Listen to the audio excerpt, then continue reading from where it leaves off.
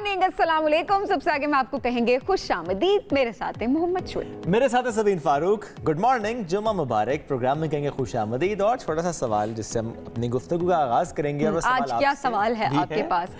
अच्छा। आप तो मुझे लगता है वो है टीचर। हाँ, आप टीचर एक्चुअली। देखें, गुफ्तगू का सिलसिला शुरू करने के लिए कोई ना कोई बात तो होनी चाहिए। नहीं, बात वैसे आप बड़े अरसे के बाद आप एक सवाल लाए तो मैं थोड़ा हैरान थी। मैंने कहा थोड़ा फोकस करूंगे।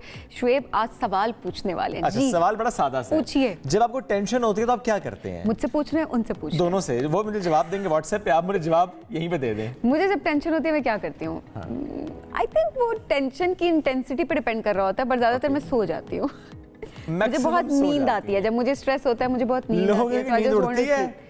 मैडम को नींद आती है? मुझे नींद आ जाती है और मुझे सोना होता है। और सेकेंडली ये चीज़ के दो एक्सट्रीम्स होती हैं, या मुझे बहुत भूख लगती है या मुझे बहुत कम भूख लगती है। जो पहली वाली एक्सट्रीम थी वो कुछ ज़्यादा होती है, मुझे बहुत भूख लगती है टेंशन तो उस तो मैं बस मेरी मतलब मुझे होता है कि मुझे क्रेविंग हो रही है, मुझे खाना होता है। ओके, आप मुझे व्हाट्सएप करके बताएं। खाती रहती हूँ। लगता नहीं अल्हम्दुलिल्लाह। आप में से कौन है जो सबीन की तरह फॉलो करता है? स्पेशली मीठा जो लोग खाते हैं टेंशन में, स्ट्रेस होता है और आपको मीठा चाहिए होता है। आप आइसक्रीम क्रेव कर रहे होते हैं या ब्राउनी या मीठे में कुछ भी बस आपको चाहिए होता है। ये हर कोई इससे मुत्तफिक नहीं होगा। बहुत से लोगों की नींद भी उड़ जाती है, भूख भी मर जाती है। ज़ाहिर है डिफरेंट होता है ना। मैंने वही कहा ना, इंटेंसिटी पे डिपेंड कर रहा होता है और हर इंसान की type of tension and then हर इंसान की बॉडी डिफरेंटली रिस्पॉन्ड करती है स्ट्रेस। अग्रीड। अच्छा, मेरे साथ इशू ये है कि कोई भी स्ट्रेस हो, एंजाइटी हो, तो मैं सो नहीं पाता और अगर सो तो डीप स्लीप नहीं होती, बस रात भर। अच्छा, आजकल वैसे जो स्ट्रेस रहता है वो बेसिकली आजकल मौसम का भी काफी रह रहा होता है। उसका इम्पैक्ट होता है आपकी जिंदगी में? इम्पैक्ट होता है। यू नेवर नो कि कब कहाँ पर तेज बारिश शुरू हो जाए। और स्पेशली जो नीचे वाले पोर्शन है उनकी अगर बात की जाए,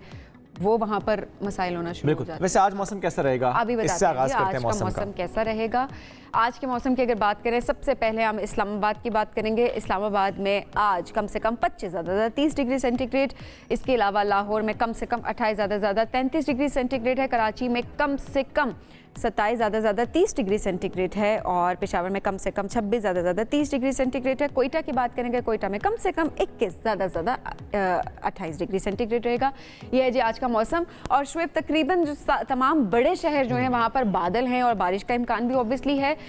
सिर्फ कोयटा है जहाँ पर इस वक्त सूरज चमक रहा है, but since monsoon is always unpredictable, so you never know कि कब बारिश हो जाए। एब्सोल्युटली। और अगर हम बात करें मौसम की, आइंदा 24-48 घंटों से मुतालिक भी कहा यही जा रहा है कि बारिश होगी। बहुत से इलाकों से मुतालिक बारिश की पेशगोई की गई है। और कराची की बात करें तो कल रात जिस तरह मुख्तलिफ इलाकों में बादल बरसे, फिर चाहे IIA चंडीगढ़ रोड हो, सदर हो, बंस रोड हो, शाराए कायदीन हो, उसके अतराफ हल्की बारिश हुई। Akbar road, Paris club road, यहाँ पर भी बारिश हुई और बादल बरसने से मौसम आगे खुशगवार हुआ। अच्छा, कराची से मुतालिक कहा जा रहा है कि नॉट जस्ट इन कराची, पूरे सिंध में 18 अगस्त तक बारिश का इम्कान है। अच्छा, मुल्क में जो बारिशों का जोरदार स्पेल है उसमें सरगोदा, जहानिया, कैरोड पक्का, काजी अहमद, यहाँ पर तेज हवाओं के साथ मूसलाधार बारिश मुतवक्की है।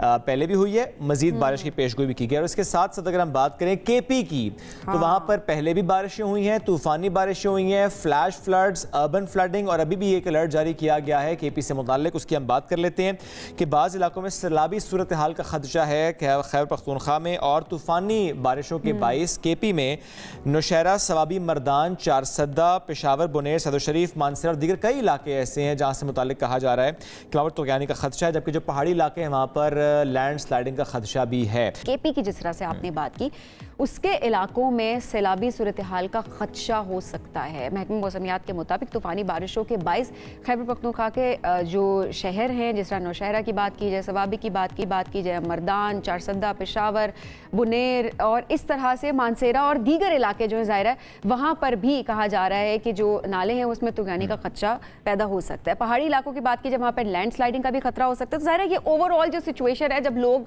वहाँ जाने का सोच रहे, 14 अगस्त के बाद 2 दिन बीच में थे तो एक लॉन्ग वीकेंड, तो लोगों ने भी जाने का प्लान भी किया हुआ है। तो इस हवाले से हम आज अपडेट लेते हैं और बात करते हैं कि कहां कहां पर ज्यादा जो है वो सैलाबी खतरा हो सकता है। Provincial disaster management authority KP के तर्जुमान अनवर शहजाद साहब हमें ज्वाइन कर चुके हैं। सर, बहुत शुक्रिया आपके वक्त का। इस वक्त की तबाही हम सबसे पहले आपसे सवाल करना चाहेंगे कि अब तक क्या स्टैट्स क्या हैं? केपी के कौन से इलाके ज़्यादा मुतासर हुए हैं, कौन से इजला ज़्यादा हसास हैं, कहाँ पर ज़्यादा मसला देखा गया, कितने घर तबाह हुए? चूँकि हम देख रहे हैं पर चित्राल में स्पेशली इमरजेंसी नाफिज की गई है। बिल्कुल जी, जिस तरह मानसून की बारिशें पिछले जुलाई से शुरू हुई हैं तो इसके आदाद व शुमार को देखा जाए, जितने हादसा सामने आए हैं तो उसके मुताबिक अब तक केपी में 61 लोग जाँ बहक हो चुके हैं और इस तरह 117 अफराद जो हैं वो जख्मी हैं। सही। और इस तरह घरों को भी काफ़ी नुकसान पहुंचा है, जिसमें तकरीबन अगर फिगर्स को देखा जाए तो तकरीबन 700 से ज़्यादा घर हैं वो अब तक जो है उनको जुज़वी और मुकम्मल तौर पर नुकसान पहुंचा है। अच्छा। तो जिस तरह पीडीएमए की इनिशिएटिव्स होते हैं और पीडीएमए जो है वो पहले से जो है कंटीजेंसी प्लान्स बनाते हैं, तो उसके मुताबिक जो है पहले से कैटेगराइज कर दिया गया था कि मालाकंड डिवीजन और हजारा डिवीजन जो है ये हसास तरीन अजला है। अच्छा, जिसमें जो है और इन्हीं अजला में आप लोगों ने क्या टूरिस्ट से मुताल्लिक भी कोई प्लान बनाया कि वो वहाँ का रुख ना करें? बिल्कुल जी, जो हमारी एडवाइजरीज इशू होती हैं उस एडवाइजरीज में हम डिस्ट्रिक्ट एडमिनिस्ट्रेशन और तमाम मुतल्लिका इदारों को जो है पहले से अलर्ट रख देते हैं, ताकि वहाँ पर जो सयाह होते हैं या वो आबादियाँ जो दरियाओं के करीब आबाद होती हैं तो उनको पहले से अलर्ट कर दिया जाए या उनको वहाँ से महफूज मकामात की तरफ मुंतकिल कर दिया जाए। टूरिस्ट के लिए स्पेशल एडवाइजरीज इशू करते हैं हम, क्योंकि टूरिस्ट जो हैं नॉर्दर्न एरियाज की तरफ ज़्यादा जाते हैं, तो वहाँ जो है टूरिस्ट के लिए हम पहले से 1700 और 1422 जो है ये हेल्पलाइंस हमने टूरिस्ट के लिए ओपन रखी हुई है 24/7, ताकि वो किसी भी नॉर्दर्न एरियाज में सफ़र करने से पहले इन हेल्पलाइन से कॉल करके मौसम की सूरत हाल और इस तरह कोई मुश्किलात सामने ना आए, तो पहले से अपने आप को जो है पहले से प्रिपेयर भी करें। But at the same time ये ज़रूरी है कि टूरिस्ट वहाँ का रुख ना करें जिन इलाकों पर अलर्ट जारी कर दिया गया है, जहाँ पर बताया गया लैंडस्लाइडिंग का खतरा है या फिर कोई सैलाबी सूरत हाल इख्तियार हो सकती है। तो अपना ख्याल आपने खुद भी रखना है। हुकूमत अपने लिहाज से, अपनी कैपेसिटी के लिहाज से जो कर सकती है वो जाहिर है उस तरह के इंतजाम भी वहाँ पर किए जाने। बहुत शुक्रिया अनवर शहजाब प्रोग्राम करने के लिए। ब्रेक की तरफ पढ़ेंगे, वापस आते हैं, साथ रहिए। Welcome back after the break. Higher education की बात करते हैं और हमेशा हम देखते हैं कि चीज़ें बेहतर भी हो रही होती हैं, but at the same time कुछ शिकायत भी सामने आ रही होती हैं, कुछ चैलेंजेस भी सामने आ रहे होते हैं। और एक चीज़ जो कि हम देखते हैं कि जब भी कोई रैंकिंग सामने आती है उसमें हम देखते हैं कि पाकिस्तान की बहुत कम यूनिवर्सिटीज़ होती हैं जो कि उस रैंकिंग में जगह बना पाती हैं। बहुत टॉप में तो वो भी नहीं रही ना, ये भी एक बड़ी अफसोसनाक बात है। और जाहिर है इस पर बात होना बहुत इंपॉर्टेंट है कि जो पहले थी वो अब क्यों नहीं है। अच्छा, और eight the same time Sabeen, जो यूनिवर्सिटीज़ जो कि हुकूमती सरपरस्ती में चल रही होती हैं उससे मुतालिक हम ये देखते हैं कि माली बहरान का वो शिकार हो रही होती हैं, सैलरीज के इशूज़ आ रहे होते हैं। और फिर ये सवाल भी उठता है कि वो यूनिवर्सिटीज़ गवर्नमेंट पे इतनी डिपेंडेंट क्यों होती हैं, वो सस्टेनेबल मॉडल्स पर क्यों नहीं जाती। स्टूडेंट्स शिकवा करते हैं, शिकायत करते हैं कि फीस तो बढ़ा दी जाती है एंड क्वालिटी पे उस तरह से क्वालिटी पे काम नहीं होता। अच्छा, उसके साथ साथ जो एक और चीज़ सामने आती है वो ये कह रहे हैं कि तालीमी मयार जो है वो भी उस तरह से नहीं है जिस तरह से होना चाहिए। ठीक है, स्टूडेंट्स बात भी कर रहे होते हैं ऑब्वियसली, जिस तरह प्रैक्टिकल अगर कोई फील्ड है तो उसमें सिर्फ थ्योरी पढ़ाई जा रही होती है, तो इस तरह के मामला भी। रिसर्च की अगर बात की जाए उसमें भी ये कहा जा रहा होता है कि पाकिस्तान जो है, पाकिस्तानी स्टूडेंट्स जो हैं वो लैक करते हैं, उस तरह की मयार के मुताबिक रिसर्च पेपर्स नहीं प्रोड्यूस किए जा रहे। इस पर बात कर लेते हैं। हमें ज्वाइन किया है chairman HEC doctor Mukhtar Ahmad साहब ने। डॉक्टर साहब कैसे हैं आप? अस्सलाम वालेकुम। डॉक्टर साहब, ये सबसे पहले मुझे सस्टेनेबल मॉडल की पर कमेंट कीजिएगा, हम क्यों नहीं कर पाए? हमारी यूनिवर्सिटी, स्पेशली मैं अगर इस्लामाबाद की बात करूँ, कायद-ए-आज़म यूनिवर्सिटी, हम देखते हैं वहाँ पर भी माली मुश्किलात का सामना करना पड़ा, इस वक्त भी करना पड़ रहा है। हम सस्टेनेबल मॉडल्स पर क्यों नहीं जा सकते? हमारी यूनिवर्सिटीज़ क्यों नहीं उस मॉडल को अपनाती कि वो गवर्नमेंट पर डिपेंडेंट ना हो? बिस्मिल्लाहिर्रहमानिर्रहीम। देखें, हायर एजुकेशन जो है ना एक्सपेंसिव प्रोपोजिशन है, किसी ने इसको पे करना है, या पेरेंट्स दें जिस तरह प्राइवेट सेक्टर में है कि लाखों रुपए की फीस देनी पड़ती है, या फिर गवर्नमेंट दे, या फिर दोनों मिल के दें। ठीक है, तो अनफॉर्चुनेटली ना हम देना चाहते हैं पेरेंट्स, क्योंकि बाहर खर्चा कर लेंगे बच्चों की फ़ीस के लिए। अगर 50 रुपये या 500 रुपये या 1000 रुपया बढ़ा दें तो स्ट्राइक हो जाती। और गवर्नमेंट के भी लिमिटेड रिसोर्सेज हैं, कंस्ट्रेन है। हमारा एक छोटा मसला भी ये है कि 2018 के बाद हायर एजुकेशन कमीशन की रेकरिंग फंडिंग कैप हुई हुई है। अच्छा, और 2018 आज 24 हो गया है, तो इस दौरान 160% सिर्फ सैलरी बढ़ी है। मुख्तलिफ सालों में होता है, कभी 30% बढ़ा दी जाती है, कभी 20% बढ़ा दी जाती है, और हमें कहा जाता है कि विद इन सेम रिसोर्सेज आप खुद मैनेज करें। अब यूनिवर्सिटी के पास और रिसोर्सेज कोई नहीं, नेचुरली आप दुनिया की बात करते हैं तो that is a different ball game. ठीक है। उस तरह के हालात हमने यहाँ नहीं दिए, ना सिस्टम ने दिए ना। क्या इसमें वजह जो आपने कैप की बात की कि गवर्नमेंट की तरफ से, चूंकि हम जब बजट की बात करते हैं तो बहुत आवाज़ उठती है हेल्थ के बजट से मुताल्लिक, एजुकेशन के बजट से मुताल्लिक, कैप की बात आप कर रहे हैं। जी बिल्कुल, ये वाकई फिर दुरुस्त बात है कि हुकूमत उतना सपोर्ट नहीं कर रही एजुकेशन सेक्टर को? नहीं, हुकूमत सपोर्ट कर रही है, लेकिन देखें ना 18 अमेंडमेंट के बाद जो है सूबाई मामला तो पहले भी था, कंट्रोल सूबों का ही है, उस पर यूनिवर्सिटीज़ पे अपॉइंटमेंट करना, वीसी लगाना, डीन लगाना, ठीक उसमें अब होना ये चाहिए कि पूरी पाकिस्तान की बात करते हैं तो सूबों को अपना शेयर देना चाहिए, अपनी यूनिवर्सिटियों को फंडिंग करनी चाहिए। अच्छे बड़े प्रोजेक्ट सूबे लगाते हैं तो सबसे बड़ा प्रोजेक्ट तो तालीम होना चाहिए। बिल्कुल ऐसा ही है। मैं समझता हूँ कि पाकिस्तान की बका में दो बेसिक चीज़ें हैं कि हमें तालीम और हेल्थ को सेव कर लेना चाहिए, चीज़ें ठीक हो जाएंगी। फिर जाहिर सी बात है आपके लोग एक्टिव होंगे, वो आगे चल के वही तो मुल्क की तरक्की में आगे अपना किरदार अदा करेंगे। अभी आपने जो शुरू में इंट्रो में कुछ बातें की ना, मैं उस पर थोड़ा सा आपको कहूँगा, ये आपका गिलास पानी का भरा खाली है, खाली नहीं है, आधा भरा हुआ है, ठीक है। अच्छा। पाकिस्तान की एजुकेशन ऐसी बुरी नहीं है जैसे आप कह रहे हैं। मेरा ख्याल है आप भी इधर से पढ़ के आए। जी माशाल्लाह, इतने अच्छे जगह बातें अच्छी कंट्रीब्यूट कर रहे हैं। पाकिस्तान में जो कुछ हो रहा है, अच्छा हो रहा है, बुरा हो रहा है, हम खुद कर रहे हैं, ठीक है। बाकी खैर ठीक है सर, लेकिन पॉइंट ये है कि हाईलाइट करना बहुत इंपॉर्टेंट है। आप मेरी भी अगर बात करें, मैं थोड़ा सा कमेंट करना चाहूँगी, क्योंकि मैं हमेशा यूनिवर्सिटी में पढ़ते हुए भी थोड़ा सा इस बात पे मेरा एहतजाज रहता था और मैं आज भी इस पर आवाज़ उठाती, वो ये कि जो तालीम का मयार है वो आज तक बेहतर नहीं हो सका हमारी यूनिवर्सिटी में। What is the benchmark number 1?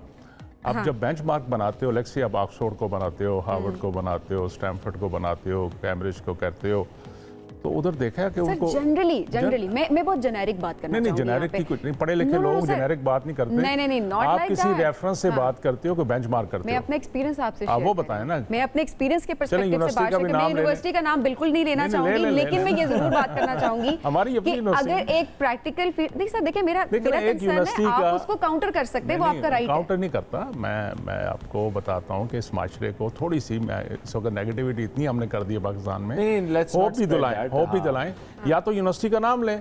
मैं अभी बता देता हूँ उस यूनिवर्सिटी के इश्यूज क्या हैं, क्यों आपके साथ ये हुआ या मेरा पॉइंट क्या है। मेरा पॉइंट ये है कि जहाँ पर एक प्रैक्टिकल फील्ड है, उसमें अगर आप सिर्फ थ्योरी पढ़ा रहे हैं, उस थ्योरी का आगे चल के उतना फायदा नहीं होता। मेरा सिर्फ मकसद यहाँ पे ये है कि आप उतने रिसोर्सेज प्रोवाइड करें यूनिवर्सिटीज को, सो दैट आपने किसी पब्लिक यूनिवर्सिटी से पढ़ा, प्राइवेट से? पब्लिक से पढ़ा। चले पब्लिक से पढ़ा। जहाँ तक रिसोर्सेज की बात है ना, टू बी वेरी फ्रैंकली, ऐसा भी बुरे हालात नहीं है। मेरा ख्याल है कि पिछले जब से कम से कम जब से HEC बनी है 2002 से, और लकीली मैं पिछले 18 साल से इस अदारे के साथ मुख्तलिफ कैपेसिटी में हूँ, तो पाकिस्तान गवर्नमेंट ने डिफ़िकल्ट हालात में भी बेस्ट फैसिलिटी प्रोवाइड की है यूनिवर्सिटियों को। अपने कायद-ए-आज़म यूनिवर्सिटी की मिसाल दी, Quaid-e-Azam university was meant for only post graduate and high and research, उसके लिए करना था। जब आप हालात चेंज होते हैं तो फिर ठीक है, ऑटोनोमस है यूनिवर्सिटियाँ, अंडर ग्रेजुएट भी शुरू कर दिया, गराजों में क्लासें लगानी शुरू कर दी, और ये हमने होते हुए देखा भी। फिर बाकी यूनिवर्सिटियों में भी यही बात करता हूँ। तो ये तो फिर गवर्नमेंट तो उनको नहीं कहती ऐसे करें ना। बात यह है कि उनके सेनेट हैं, उनके सिंडिकेट्स हैं, उनके बोर्ड ऑफ गवर्नर्स हैं, उनको गवर्नर जो मुझे आप कहते हैं ना पाकिस्तान के हायर एजुकेशन का इशू क्या, मैं शुरू से कह रहा हूँ कि इस वक्त भी इस मुश्किल हालात में भी मैं पैसा नहीं कहूँगा, पैसा is one issue, money is one issue जो वाकई इशू है, लेकिन सब इससे बड़े दो इशू हैं, one is quality, another is governance. ये दो इशू हम सेटल कर लें अपने इदारों में तो बहुत सारे। हम क्यों नहीं सेटल कर पा रहे? लेकिन जी बात बदकिस्मती सी ये है कि हर बंदा कहता है मैं ठीक हूँ, बाकी सारे गलत। ठीक है, जिसको सीट मिलती है, मैं बैठता हूँ तो मैं समझता हूँ जो मैं कर सकता हूँ, बादशाह हूँ मैं, तो जो मर्जी करूँ। ऐसा नहीं होना चाहिए, चेक एंड बैलेंस होना चाहिए, अटानमी की हम रिस्पेक्ट करते हैं, साथ अकाउंटेबिलिटी स्ट्रांग होना चाहिए।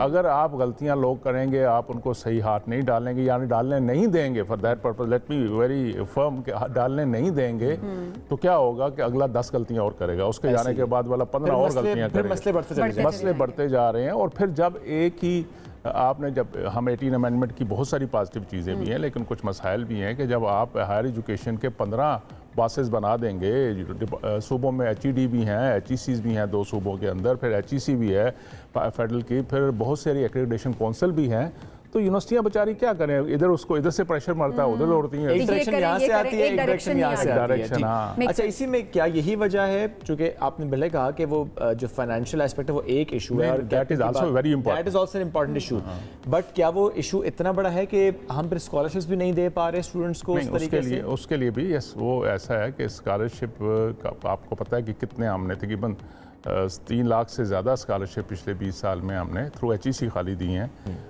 इंडिजिनस भी और फॉरेन भी। फॉरेन के थोड़े हैं, हज़ारों में हैं, लाखों में नहीं है, लेकिन ये कंटिन्यू एक प्रोसेस था। अभी भी उसी तरीके से चल रहा है? पिछले 2.5-3 साल से ज़्यादा अरसा हो गया है जब से फाइनेंशियल क्राइसिस दुनिया में आए हैं, और पाकिस्तान इज़ नॉट एक्सेप्शन, यहाँ भी हैं। ठीक है।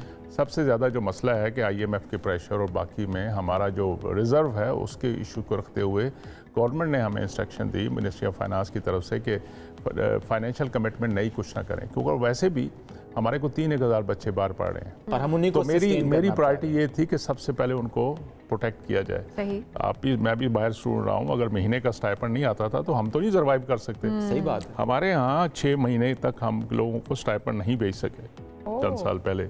अच्छा, आई रिमेंबर दैट टाइम। हाँ बिल्कुल, ये आपको याद होगा। तो वो बड़ी मुश्किल से उनको प्रोटेक्ट किया और गवर्नमेंट ने भी सपोर्ट की हमें। स्टेट बैंक की बहुत ही सपोर्ट रही है, जो उन्होंने मुश्किल वक्त में हमें बेल आउट किया है कि तब उन बच्चों को हम प्रोटेक्ट कर सकें। वो देख आपकी तरफ, लेकिन हम पिछले 2.5-3 साल से कुछ 350 से ज़्यादा बच्चियाँ सिलेक्ट हैं। अच्छा, इस वजह से नहीं हम भेज रहे कि हमें अभी ये कमिटमेंट नहीं मिल रही कि हमें गवर्नमेंट ने देनी है, मिनिस्ट्री ऑफ फाइनेंस से आनी है, गवर्नमेंट ने देनी है, क्योंकि पैसे हैं, प्रोजेक्ट में पैसे हमें गवर्नमेंट ने दिए हुए हैं, रुपीज़ में है। असल इशू है कि वो रुपीज़ में किस तरह पहुँचाएं आप मुख्तलिफ यूनिवर्सिटियों को फॉरेन करेंसी कंपोनेंट में। ओके, वो जो इस वक्त पाकिस्तान एक डिफिकल्ट फेज में से गुजरा, अल्हम्दुलिल्लाह हालात बेहतर हुए हैं, इंशाअल्लाह और बेहतर होंगे, इंशाअल्लाह अल्लाह करेगा। तो ये वजह थी, लोगों को समझना चाहिए कि it is not government only, it is the dynamic जिसके अंदर हम रह रहे हैं। इंटरनेशनल सिनेरियो में थे, हमारे पास एक डॉलर को सेव करने की जरूरत थी, क्योंकि आपको मिनिमम थ्रेशोल्ड लेवल रखना था अपने रिजर्व का, तो पैसे नहीं भेज सकते हम, बिल्कुल फॉरेन करेंसी में नहीं दे सकते थे। और इसकी वजह से हमारे बच्चे बाहर जाके उस तरह से नहीं पढ़ पा रहे, फिलहाल नहीं जा ही नहीं रहे, नई स्कॉलरशिप्स ले ही नहीं पा रहे। जो इंडिपेंडेंट लाइक सी हंगरी हमें स्कॉलरशिप देता है, यूके गवर्नमेंट देती है, वो अलग चीज है, उसमें जो सिलेक्ट होता है HEC ने देनी है उस पे नहीं जा सकेंगे। कब तक बेहतरी की गुंजाइश है? इस दफा हमें उम्मीद है कि इस दफा से हम इंशाल्लाह जल्दी शुरू कर लेंगे, क्योंकि फाइनेंस से हमारी डिस्कशन रिसेंटली हुई है, उन्होंने कुछ हमें ग्रीन सिग्नल दिया है कि दे आर वर्किंग, और हमें इनिशियली चंद ऑप्शन की इजाजत देंगे जो पुराने सिलेक्ट हुए हैं। वो कितने स्टूडेंट्स हैं? मतलब 350 से ज़्यादा है मेरा ख्याल है हमारे पास, जो ऑलरेडी प्लेस्ड हैं यूनिवर्सिटियों में। हम उनकी डेफरमेंट कराते जा रहे हैं कि जी, क्योंकि साइकिल जो है ना वो साल से ज़्यादा है। आज हम एडवर्टाइज करते हैं ना, साल से 1.5 साल लगता है, लग जाता है उस प्रोसेस में उनको प्लेस करने में, उनके और वो 300 बच्चे, अब जैसे 2-3 साल की हम बात करें, ज़ाहिर उनका तो बड़ा वक्त का ज़िया हो रहा है। नहीं, वो अपने जगह पे है, पढ़ रहा है, कुछ कर रहा है, लेकिन अल्लाह ने उनको मौका दिया है, तो वो ज़ाहिर है उनको गवर्नमेंट और गवर्नमेंट की कमिटमेंट है कि हम इंशाल्लाह जैसे ही अपॉर्चुनिटी आती है तो उस चीज़ फर्स्ट कम फर्स्ट बेसिस पे हम उनको facilitate. And how do you compare the quality of PhDs and research? क्योंकि जब हमने बात की ना इंटरनेशनल रैंकिंग की, तो ज़ाहिर हम ये तो देखते हैं कि टॉप यूनिवर्सिटीज में पाकिस्तान की यूनिवर्सिटीज नहीं आते। अपने खुद तक हम कंपैरिजन उस तरह से नहीं कर सकते। आपने एक स्टेटमेंट दी थी जो पहले टॉप पे थी, वो भी नहीं है, ये गलत स्टेटमेंट है हमारी। अगर आप एनुअल ट्रेंड देखें तो नंबर बढ़ता जा रहा है। अच्छा, ठीक है, पहले 1000 में भी कोई यूनिवर्सिटी नहीं आती थी, ठीक है ना। अब तो आपकी अब 200-300 तक, अब एशिया में तो टॉप 100 में भी आ रही हैं, ठीक है, टॉप 200 में तो आती हैं काफ़ी सारी। अभी रिसेंटली OSD क्या है, जो ग्लोबल एक स्टैंडर्ड्स हैं, उसके बेस पे जो इस वक्त कहीं बैंकॉक में उसकी रैंकिंग हुई है, तो पाकिस्तान की 80+ यूनिवर्सिटियाँ वहाँ कहीं ना कहीं आई हैं। अच्छा, ठीक है, QS रैंकिंग में भी हमारी 30+ माइनस यूनिवर्सिटियाँ आ रही हैं। देखें, nothing is free in the world, plus एक continuity of the system is very essential. जिन यूनिवर्सिटियों की आप बातें कर रहे हैं, वो तो 2-3 साल से 100 साल से उनकी इन्वेस्टमेंट चल रही है, उनको हर किस्म की फ्रीडम के साथ उनको ग्रो करने दिया जा रहा है, और इस वजह से वो टॉप पे आ रही हैं। आप उस तक पहुँचने के लिए आपको खाली ज़बानी जमा खरीद से नहीं बात करना पड़ेगा, somebody need to pay it, ठीक है ना। और उसी वजह से आगे इंशाल्लाह आएगा। ये अच्छी बात है कि हमारी यूनिवर्सिटियाँ, हमारे रिसर्चर टॉप पे आ रहे हैं। आइडियल नहीं हो सकती। चलिए सर, ये बड़ी पॉजिटिव आपने एक पिक्चर प्रेजेंट की, जो अच्छी बात है। कॉलर भी है, जरा उनको भी शामिल करते हैं। सबिया हैं जी रावलपिंडी से। जी अस्सलाम वालेकुम सबिया, क्या कहना चाहेंगी? अस्सलाम वालेकुम जी।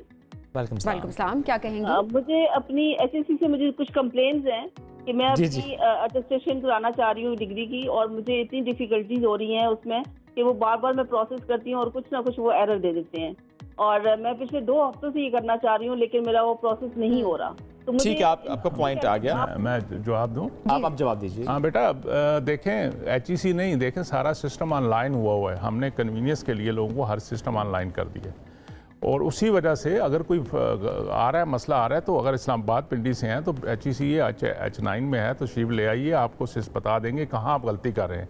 ठीक है ना, या तो आप कोई गलत स्टेप ले रही हैं जिसकी वजह से उस सिस्टम रोक रहा है, नहीं और तभी अपॉइंटमेंट नहीं मिल रही। नहीं अपॉइंटमेंट नहीं, असल में होता ये है कि ऑनलाइन आप अपना पोर्टल अपना बना देते हैं, अकाउंट बनाते हैं, उसके ऊपर फिर अपने डॉक्यूमेंट अपलोड करते हैं। ठीक है। अच्छा, डॉक्यूमेंट एक तो यूनिवर्सिटियाँ लेजिटिमेट होनी चाहिए, फिर कुछ होता है लोग आसानी से नाम कुछ और लिखा हुआ है मैट्रिक में, आईडी कार्ड में कुछ और लिखा हुआ है, यूनिवर्सिटी से डिग्रियों में कुछ और लिखा है, तो क्योंकि कंप्यूटर तो इंसान नहीं है ना, वो तो देखता है कि पहला नाम मुख्तार अहमद लिखा हुआ है। हाँ। तो आगे जो लिखा होगा शेख मुख्तार अहमद या मुख्तार अहमद शेख, वो गलती जो है वो डिटेक्ट कर ली जाती है। एक और कॉलर है सर, उनको डिटेक्ट हो सकती है और सिस्टम आपको हेल्प भी करता है, लोग भी हेल्प करते हैं। मोहम्मद रमजान हमारे साथ मौजूद है जी। अस्सलाम वालेकुम, क्या कहना चाहेंगे?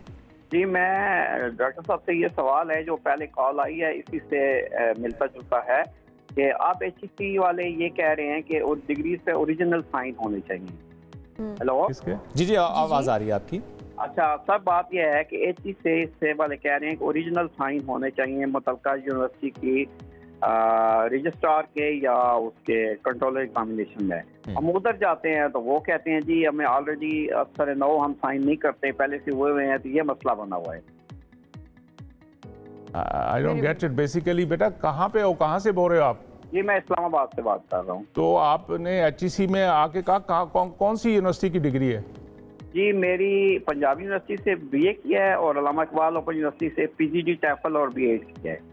नहीं, देख कौन सी डिग्री टेस्ट कराना चाहते हैं जिस पे आपके सिग्नेचर नहीं है रजिस्ट्रार के?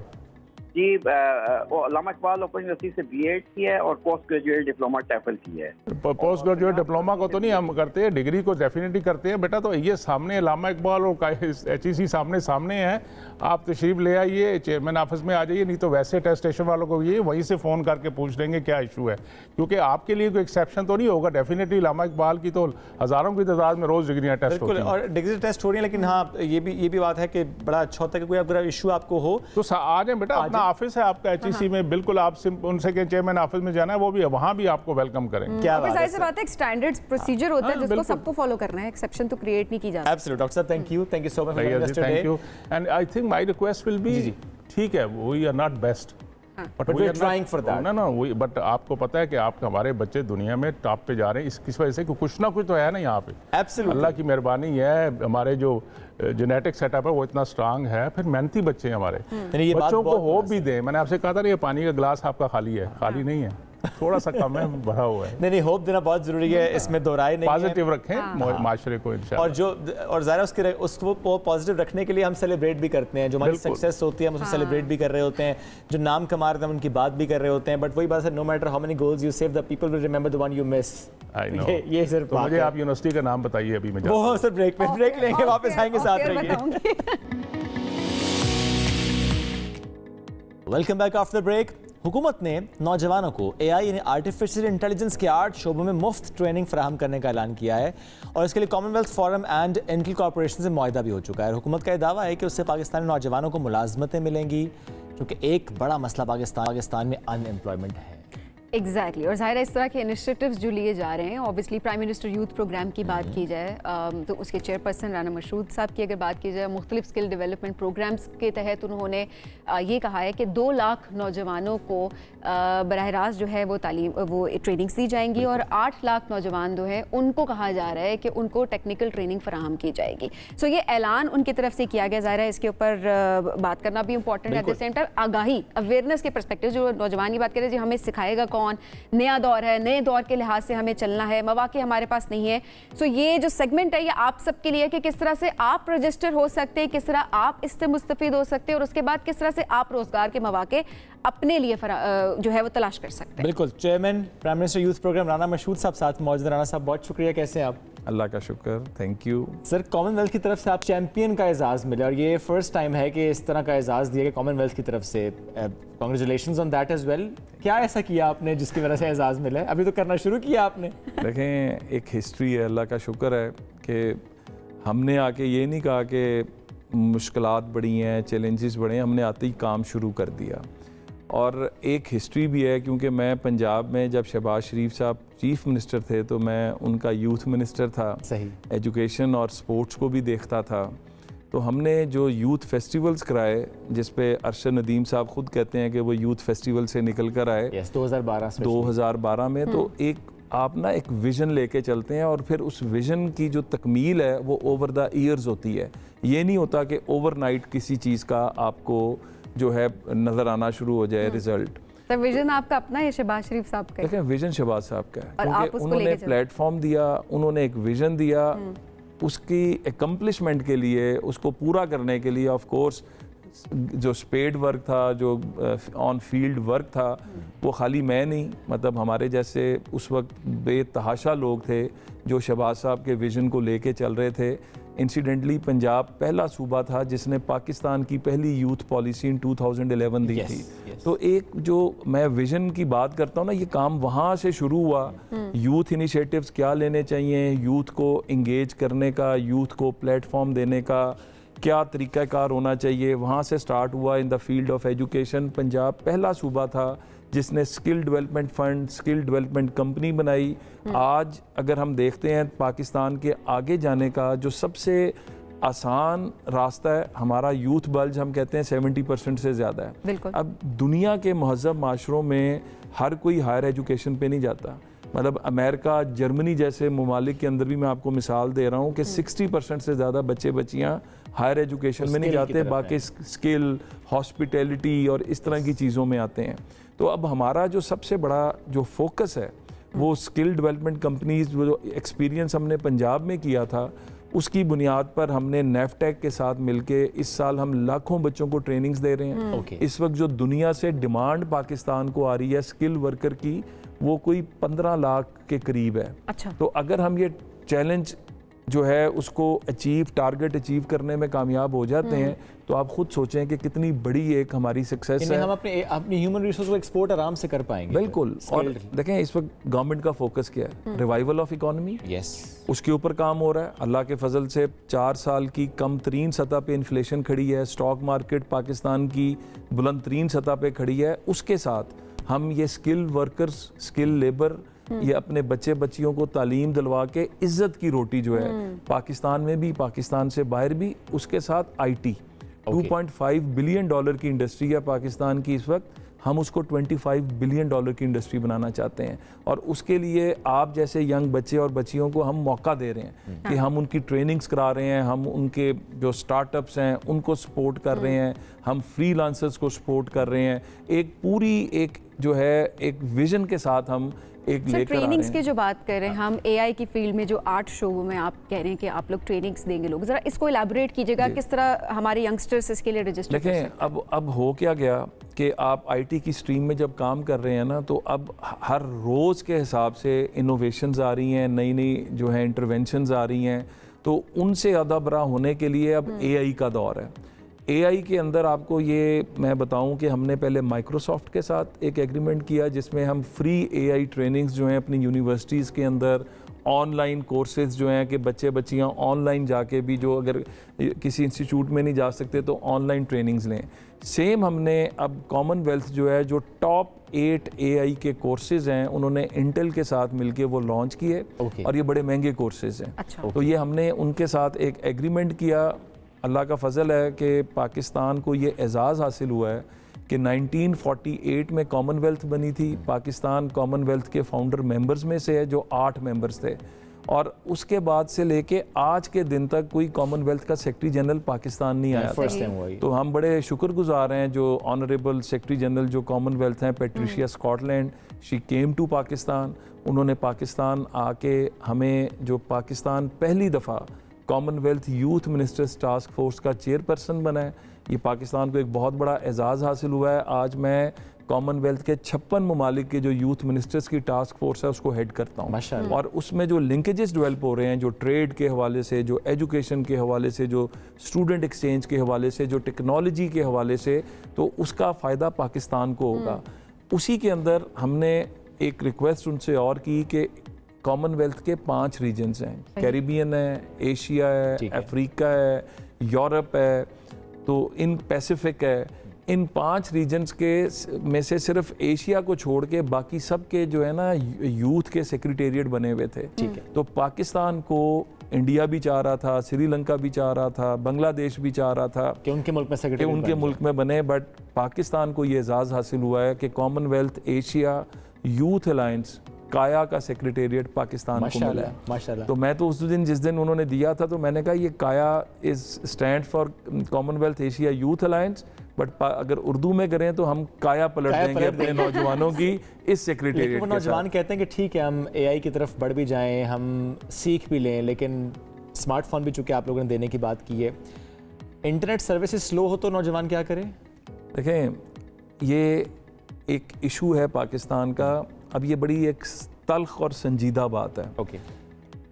चंद साल पहले आपने देखा कि एक तहरीक चली जिसके अंदर कहा गया कि जी तहरीर स्क्वायर में नौजवान निकल कर आ गए, फ़लाने स्क्वायर में नौजवान निकल कर आ गए, और नौजवानों ने अपने मुल्क की जो है तारीख़ बदलने का फ़ैसला कर लिया। शाम, इराक़, लिबिया, मिस्र, जहाँ पर ये तहरीकें चलीं, आज उन ममालिक का क्या हाल है?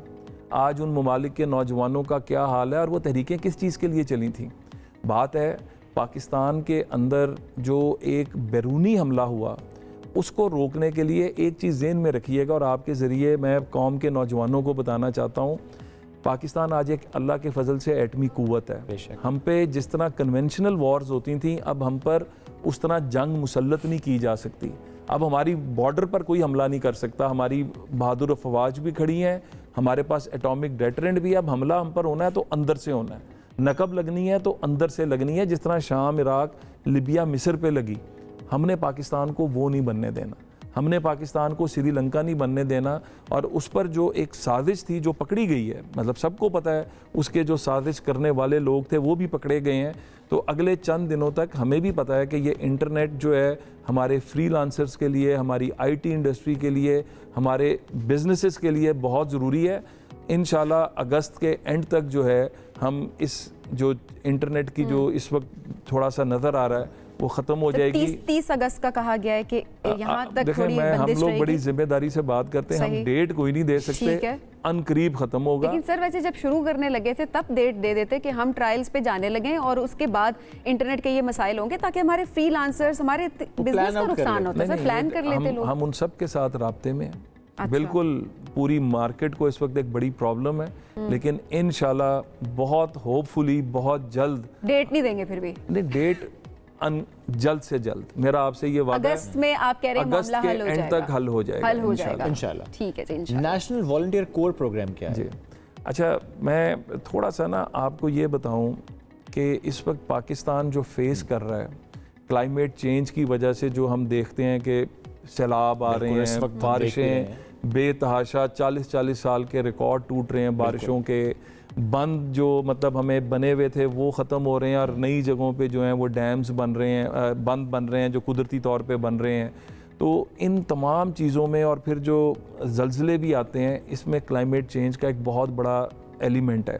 अब पाकिस्तान का इस पूरे के अंदर जो कंट्रीब्यूशन है वो 0.1% से भी कम है, लेकिन फेस जो हम कर रहे हैं वो दुनिया का 30 to 40% जो इसका स्पिल ओवर आ रहा है वो पाकिस्तान के ऊपर आ रहा है, जो हमारे लिए बड़ी तशवीश की बात है। हमारी फसलों का साइकिल चेंज होता जा रहा है, हमारा एग्रीकल्चर का जो है, तो इसके ऊपर हमारी मदद पहली तो बात है किसी ने बाहर से नहीं करनी, कौमें वही तरक्की करती हैं जो अपनी मदद आपके तहत चलती हैं। और दुनिया की तमाम कामयाब कौमों का मॉडल उठा के देख लें तो जिस कौम ने खुद अपनी तकदीर बदलने का फ़ैसला किया वही तरक्की कर पाई है। तो इसी के ऊपर हमने पहला काम ये किया कि हमने तमाम यूनिवर्सिटीज़ में, पाकिस्तान में 268 यूनिवर्सिटीज़ हैं, हमने अब तक आज के दिन तक 137 यूनिवर्सिटीज़ में प्राइम मिनिस्टर पाकिस्तान शहबाज शरीफ साहब की हदायत पे हमने ग्रीन यूथ मूवमेंट के नाम से क्लब्स बनाने शुरू किए। ये क्लब्स क्या करते हैं कि ये क्लाइमेट चेंज के हवाले से अवेयरनेस देते हैं, ये अपने अपने इलाकों में, अपनी अपनी यूनिवर्सिटीज़ कैंपसेस में सफाई के हवाले से, एजुकेशन के हवाले से, एम्प्लॉयमेंट के हवाले से अवेयरनेस कैंपेन्स चलाते हैं। अब हम उसका दायरा कार बढ़ाकर, एक तो हम इस साल के एंड तक तमाम 268 यूनिवर्सिटीज़ में ये ग्रीन यूथ मूवमेंट के क्लब्स बन जाएंगे, फिर इनको हम ग्रेजुअली कॉलेजेस तक लाएंगे, फिर स्कूलों तक लाएंगे। साथ हम क्या कर रहे हैं कि ओवरऑल पब्लिक के लिए, क्योंकि जहाँ पर कोई इस तरह की क्लैमिटी आए तो फेस तो सबसे पहले उस इलाके के लोगों ने करना है। तो हमने ये किया है कि हमने इस साल 1 लाख से 2 लाख लोगों को हम फर्स्ट एड की ट्रेनिंग्स, डिज़ास्टर जो है उसको किस तरह फेस करना है, उसकी मैनेजमेंट, जहाँ पर ज़्यादा मसला जी बिल्कुल, तो किस तरह उसके लिए तैयार होना है। साइकोलॉजिकली किस तरह, क्योंकि आपको पता है कि फिर बहुत ज़्यादा मसाइल यहाँ पर इस तरह के भी आते हैं। तो इन तमाम के लिए हम मिनिमम 1 से 2 लाख ट्रेनिंग्स देंगे। ठीक है। इस साल हमारा टारगेट है कि 5 से 10 लाख इस कोर के अंदर वॉलंटियर्स लेकर आएंगे। सर रजिस्टर कैसे कर सकते हैं वॉलंटियर अगर कोई करना चाहते हैं? ऑलरेडी अब आपको एक बड़ी खूबसूरत सी चीज़ हुई है कि हमने नेशनल वॉलंटियर कोर के लोगों का हमने कहा कि लोगों के लिए हमने इनवाइट किया कि आप लोगोस बनाकर भेजें। पूरे पाकिस्तान से हमें 800 से 900 के दरमियान लोगोस आए और एक खातून है जो इस लोगों के पीछे मैं बताने लगा था। इसमें टॉप नॉच यूनिवर्सिटीज़ भी थी, इसमें मतलब जो टॉप नॉच ब्रेन्स थे वो उन्होंने बहुत खूबसूरत लोगोस आए। जो कमेटी बैठी थी उसने जो लोगो टॉप 10 आइडेंटिफाई किए और उनको शॉर्ट लिस्ट करके लेकर आए। उसमें जो नंबर 1 लोगो आया वो बलूचिस्तान की एक बच्ची है जो अपने घर के अंदर बैठ के उसने वो लोगो बनाया। और वो क्या इंस्पायरिंग स्टोरी है कि उस बच्ची ने वो सरियाब रोड के ऊपर एक मतलब वो बलूचिस्तान के अंदर भी एक वो समझ लें कि बहुत ही पसमानदा इलाका है, बट पाकिस्तान के बच्चों में देखिए टैलेंट तो हर जगह पे है। तो हमारे नौजवानों को बेसिकली जो चाहिए वो अपॉर्चुनिटीज चाहिए ताकि वो अपने टैलेंट का खुल के इजहार कर सके। और जाहिर सी बात है जब उनका टैलेंट सामने आएगा तो उसका फायदा हमारे मुल्क को ही होगा। एक लफ्ज में एक सवाल कर लूं, अगर बिजली का बिल कम आएगा सर? बिजली का बिल ये मैं आपको बता दूं इसी महीने आपको इसमें खुशखबरी मिलेगी। ठीक है सर, बहुत शुक्रिया, साथ मौजूद थे। उन्होंने डिटेल्स नहीं बताई लेकिन ये कह दे इस महीने खुशखबरी मिलने वाली है। उससे पहले वैसे और बहुत सी बातें उन्होंने की हैं फॉर श्योर यूथ के लिए। ब्रेक की तरफ बढ़ना है, ब्रेक से वापस आएंगे, साथ रहिए। Welcome back after the break. Bloomberg ने अपनी ताज़ा रिपोर्ट में पाकिस्तान में बिजली की सूरत हाल की बेहतरीन नक्काशी की है। अपनी रिपोर्ट में कहा है कि पाकिस्तान में बिजली के बिल घरों के किराए से बढ़ चुके हैं और पाकिस्तानी घरों के किराए से ज़्यादा बिजली के बिलों पर खर्च कर रहे हैं। और ये बहुत से लोग इसको रिलेट भी कर सकते होंगे कि अगर आपका घर का किराया 25,000 30,000 था तो अब आपका बिजली का बिल 40, 50, 60,000 तक आ रहा होगा। और जिस तरह से कहा जा रहा है कि बिजली की महंगी होने का, क्योंकि हम रोज़ाना यही बात करते हैं जी कि 1 रुपया बढ़ गया, 2 रुपये बढ़ गए, बढ़ते हम देखते हैं 18% इस वक्त बिजली महंगी है पाकिस्तान में। तो ये जाहिर सी बात है लोग यही क्वेश्चन कर रहे हैं कि इतने तो हमारे घरों के किराए नहीं है जितना कि जाहिर है बिजली के बिल उनको अदा करने पड़े। 18% मैंने बात की सिर्फ जुलाई की है, सिर्फ जुलाई की, वही मैं कहने लगी थी वो जुलाई की बात है। और अभी की अगर बात की जाए तो वो 125% जो है 2021 से लेकर 2021 से अब तक अगर बात की जाए तो वो 125%, 155% महंगी, 155% एग्जैक्टली वो महंगी होगी। अच्छा लोग इस बारे में क्या कहते हैं? जाहिर है लोग परेशान हैं, आए दिन हम बात भी कर रहे होते हैं कि किस तरह से लोग फ्रस्ट्रेटेड हैं, लेकिन लोगों ने इस हवाले क्या कहा आइए आपको दिखाते हैं।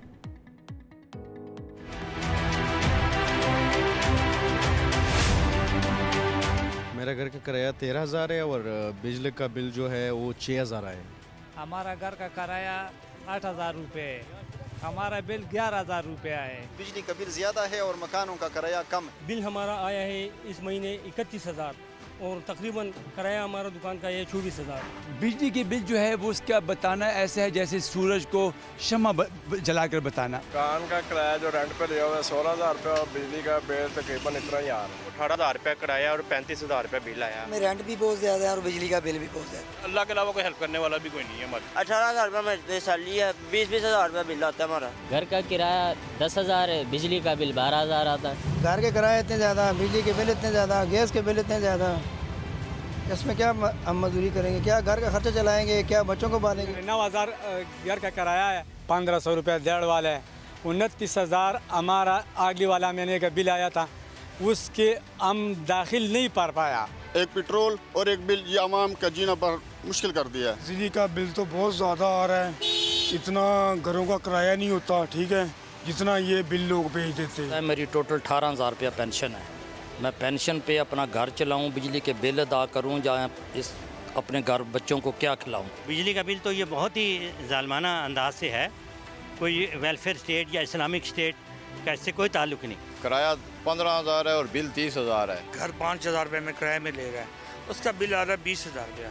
क्या वो गरीब बच्चा आदमी। ये लोगों की राय आपने सुनी, ब्लूमबर्ग सर्वे वो आपके साथ हमने शेयर किया। अब जरा इस हवाले से बात कर लेते हैं कि एक्चुअली क्या सिचुएशन है। और ऑब्वियसली मैं थोड़ा ये देख रही थी कि किस तरह से लोग फ्रस्ट्रेटेड है। शोएब देखिए हम अभी सिर्फ सर्वे की बात करें तो लेकिन जाहिर है जब हम खुद बाहर निकले अपने इर्द गिर्द सिर्फ आप देख लें कि क्या सूरत हाल होती है, लोग किस तरह से फ्रस्ट्रेटेड हैं कि चीज़ें जो हैं बेसिकली जितने उनके रिसोर्सेज नहीं हैं और वो एक्सपेंसेस जो है वो मीट नहीं कर पा रहे। तो इसी बारे से बात करते हैं, हमारे साथ मौजूद है एग्जीक्यूटिव डायरेक्टर गैलप सर्वे बिलाल गिलानी साहब। बिलाल साहब बहुत शुक्रिया प्रोग्राम में ज्वाइन करने के लिए। बिलाल साहब, ये ब्लूमबर्ग सर्वे ये भी हमने आपको बताया और एट द सेम टाइम लोगों की राय भी आपने सुनी, क्या इससे मिलता जुलता सर्वे आप लोगों ने भी किया है? आपकी क्या राय है इस हवाले से? जी बिल्कुल, आपने बिल्कुल दुरुस्त बताया और जो ब्लूमबर्ग की आदाद शुमार हैं उनसे भी यही बात पता चलती है कि हम जब लोगों से सवाल करते हैं कि मुल्क में महंगाई है तो सबसे बड़ी कंप्लेन वो ये करते हैं कि उनके लिए बिजली के बिल अदा करना नामुमकिन हो गया है और गर्मियों का महीना है। दूसरी तरफ वो ये भी कंप्लेन करते हैं कि 8 घंटे 12 घंटे की लोड शेडिंग है बिल्कुल, और उसके बावजूद भी पिछले सालों से बिजली के बिल में इजाफा हो रहा है। तो ये बात उनके लिए समझना ना बिल्कुल ही नाकाबिले फ़हम है कि बिजली भी ना मिले और बिलों में बिल भी आए। और ऐसे में बिलाल साहब, चूँकि हम जब बिजली के बिलों की बात करते हैं पिछले कई सालों से हम देखते आ रहे हैं कि बहुत से लोगों ने उसके मुतबादिल की तरफ बढ़ने की कोशिश भी की है, जैसे कि सोलर पैनल्स की तरफ। और इस साल तो हमने ये भी देखा कि सोलर पैनल्स में चूँकि कीमतें ड्रॉप हुई तो लोगों ने उस पर स्विच भी किया। सोलर पे शिफ्ट करने से मुतालिक भी तो एक सर्वे किया था गैलप ने, मैं ज़रूर चाहूँगा ज़रा शेयर कीजिएगा। जी बिल्कुल। सो हमने एक सर्वे किया जिसमें हमने जो ये जानने की कोशिश की कि सोलर पे जो शिफ्ट है वो किस नौइयत का ऑलरेडी हो चुका है। तो इसमें हमें ये बात समझ आई कि तकरीबन 40 मिलियन घराने हैं पाकिस्तान में, उनमें से 9 मिलियन के पास वन और दी अदर फॉर्म का अब कोई सोलर इक्विपमेंट मौजूद है। रिसेंटली गवर्नमेंट ने सेंसस किया, उस सेंसस में ये बात पता चली कि 3 मिलियन यानी 30 लाख घराने तो मुकम्मल तौर पर नेशनल ग्रिड से आउट और सोलर के साथ अब कनेक्ट हो गए। फिर हमने ये देखा कि जिन लोगों से ने ये सोलर कनेक्शन लगाए हैं उनसे हमने पूछा कि आपका एक्सपीरियंस कैसा है, तो उन्होंने कहा कि एक्सपीरियंस तो अच्छा है मगर बिलों में कमी उस हद तक नहीं आई जो हम एक्सपेक्ट कर रहे थे। और जब हमने उसको स्टडी किया तो हमें मालूम हुआ कि बिजली के बिल में अगर आप देखें तो 8 डिफरेंट टैक्सेस हैं कि बिजली के बिल में पे करने पड़ते हैं। तो हुकूमत अपने यानी एक तरफ बिजली की कॉस्ट रिकवर करती है और दूसरी तरफ क्योंकि वो टैक्स रिकवर करने में नाकाम है तो वो टैक्सेस इस तरीके से जमा करिए।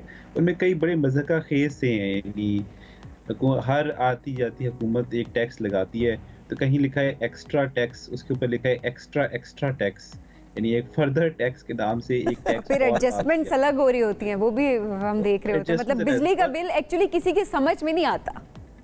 बिल्कुल ऐसा है। और उसके अंदर फिर एक पीटीवी का टैक्स है, फिर एक काफी जमाने तक 20 साल तक हम एक नीलम जेलम का टैक्स देते रहे। तो ऐसा लगता है कि बिजली का बिल बेसिकली एक व्हीकल बन गया है आवाम से टैक्स जमा करने का।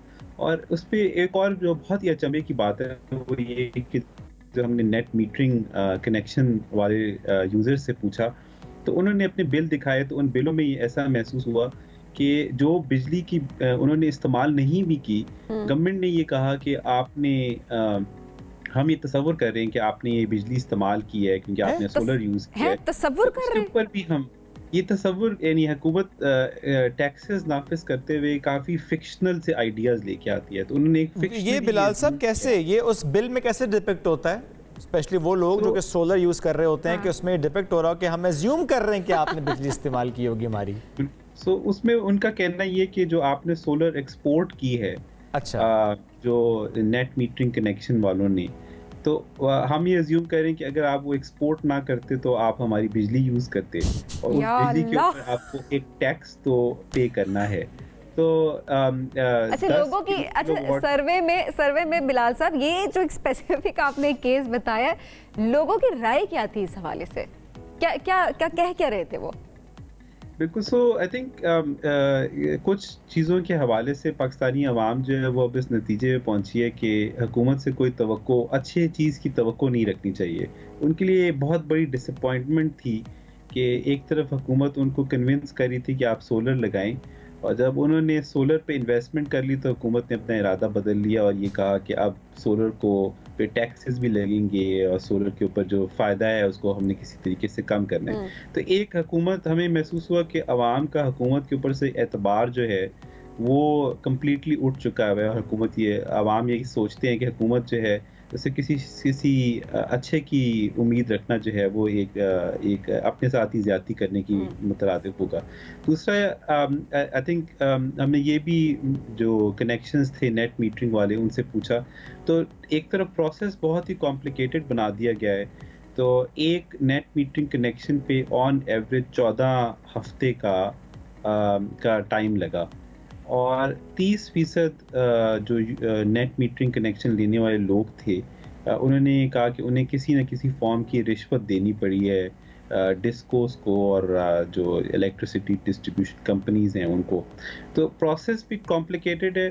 उसके ऊपर जो सेविंग्स हैं वो हुकूमत इंश्योर कर रही है कि आहिस्ता आहिस्ता लोग जो हैं उनको वो सेविंग्स ना हो सकें सोलर पैनल लगाने की, मगर इसके बावजूद भी बतदरीज जो है वो हर साल लाखों की तादाद में सोलर पैनल्स लग रहे हैं। और इस साल तो बहुत ज़्यादा लगे हैं।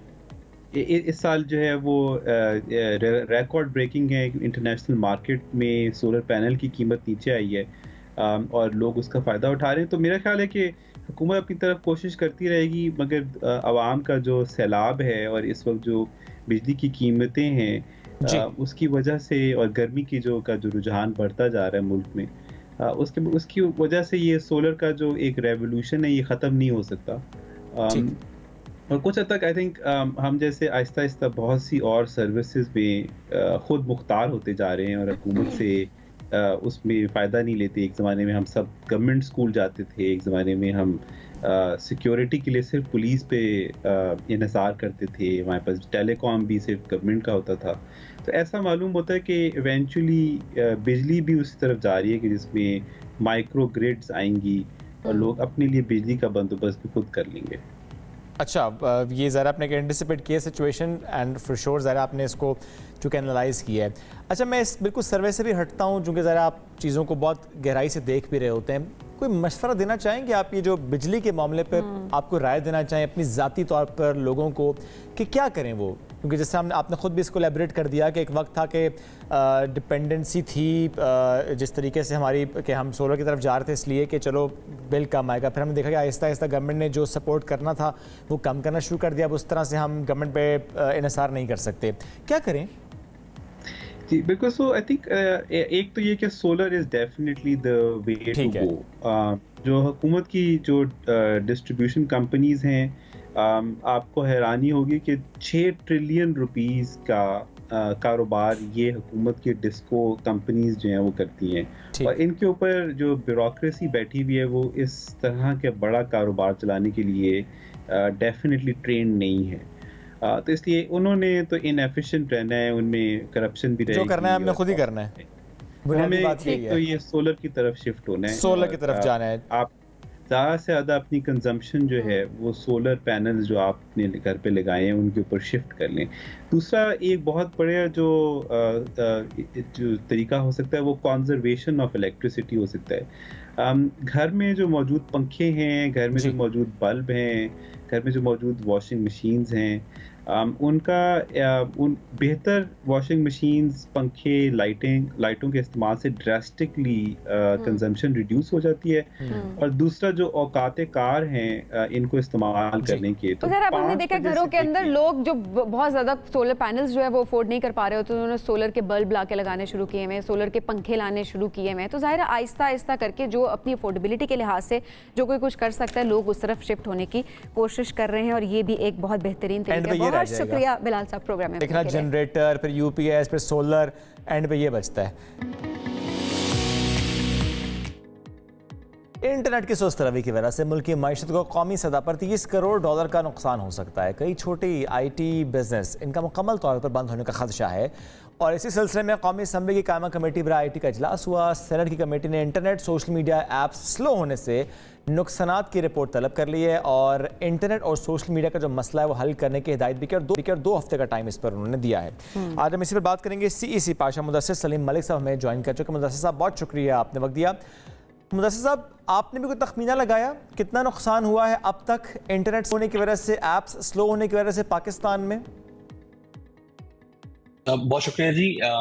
देखिए अब तक जो हमारे पास एक बड़ा मोहतात अंदाजे के मुताबिक जो हमारा तखमीना है, कम से कम $300 मिलियन का तो लॉस आप ले चुके हैं। राइट।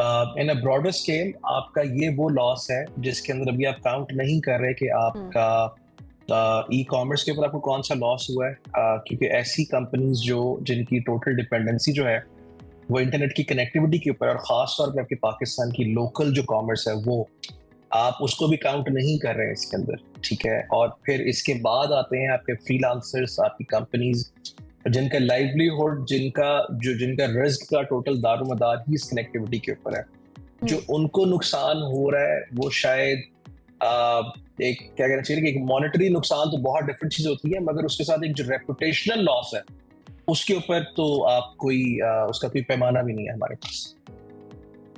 अच्छा, और मुदस्सिर साहब सिर्फ और सिर्फ फ्रीलांसर्स तो ज़्यादा मुतासर नहीं हुए, हम देख रहे हैं कि सभी मुतासर हुए हैं किसी न किसी फॉर्म, क्योंकि अब इस तरह से देखा जाए तो तकरीबन जितनी भी फील्ड्स हैं वो सारी इंटरनेट पर डिपेंडेंट हैं। आप कोई भी काम कर रहे हो इंटरनेट के बगैर तो वो काम आप कर भी नहीं पा रहे होते। उस दौर में तो टेलीमेडिसिन हो रही होती है। एग्जैक्टली।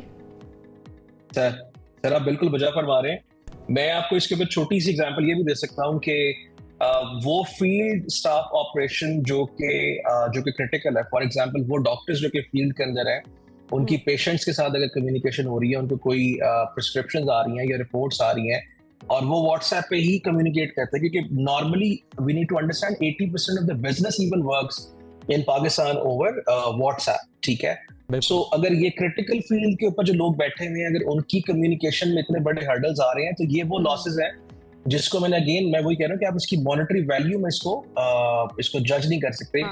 फ्रीलांसर जो कि इंटरनेट पे डिपेंडेंट है, कंपनीज जिनके बीपीओ ऑपरेशंस हैं जो फोन्स पे डिपेंडेंट है, या उनकी connectivity across the globe, obviously एक इंटरनेट ही है जिसके साथ वो कनेक्ट हो सकते हैं, उस डिस्कनेक्ट के साथ आपका मॉनेटरी लॉस है। Again focusing on this one thing, आपका जो मॉनेटरी लॉस है वो तो एक साइड पे जिसको कहते हैं जी $300 मिलियन का हमने एक मुताद अंदाजा दे दिया उसके ऊपर, मगर अगर आप ब्रांड पाकिस्तान की बात करें तो ब्रांड पाकिस्तान जिसके ऊपर आपने लास्ट 5-10 साल इतनी मेहनत की है, आप उसको 25 साल पीछे लेके जा रहे हैं।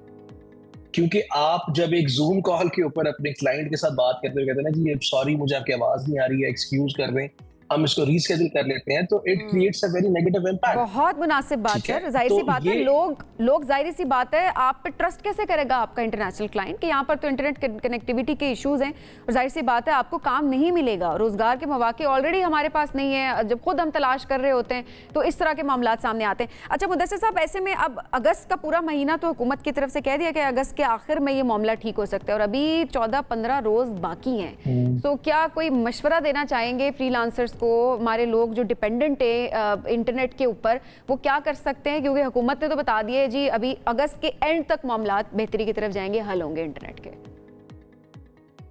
मैं again I don't want to sound negative, मगर ऑलरेडी पाकिस्तान के अंदर ब्रेन ड्रेन बहुत ज्यादा है, ठीक है। एक साल के अंदर you have lost 1 million people, जिसमें इंजीनियर्स भी होंगे, डॉक्टर्स भी होंगे, आईटी से एसोसिएटेड लोग भी होंगे।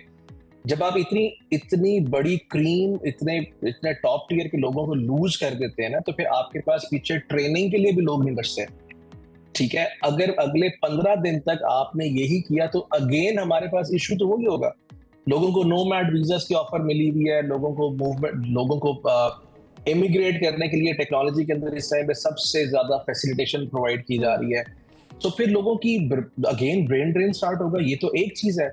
नंबर 2, जो आपका क्लाइंट्स का लॉस है, जो आपका रेपुटेशनल लॉस है, जो आपके साथ कम्युनिकेशन के दौरान जब इस किस्म के प्रॉब्लम्स आते हैं और आपकी इंटरनेशनली जो आपके साथ, I don't want to use this word, but जो जलालत होती है उसके लॉसेस और उसके साथ कनेक्टेड जितने भी इश्यूज हैं, वो 15 दिन तो बहुत दूर की बात है। Let me be very fair, हम तो 15 मिनट भी बर्दाश्त कर सकते हैं। तो for 15 days it is going to be an absolutely a catastrophic situation for all of us who are operating using the internet. So मैं आपको इसमें बड़ा distinctly बता सकता हूँ कि ये किसी भी हाल में acceptable नहीं है कि हम इसको 15 दिन, और मैं बहैसियत पाशा सीसी मेंबर इस चीज को बहुत ज्यादा एम्फेसिस करूंगा कि आईटी इंडस्ट्री एक वाहिद इंडस्ट्री आपकी बची है जो आपके लिए प्रॉफिटेबिलिटी, जो आपके लिए रेमिटेंस, जो इस टाइम आपके लिए पैसे जनरेट कर रही है, मोर ओवर इसका विजन $30 बिलियन का है अगले 5 से 8 साल के लिए। अगर इस $30 बिलियन के हदफ को हमने अबूर करना है, अगर हमें इस हदफ को अचीव करना है, तो हमें इस किस्म के प्रॉब्लम्स का रिस्क नहीं ले सकते। प्रॉब्लम्स अफोर्ड ही नहीं कर सकते। मुदस्सिर सलीम मलिक साहब बहुत शुक्रिया। सुबह से आगे में एक ब्रेक शामिल करेंगे, वापस आएंगे, साथ रहिए।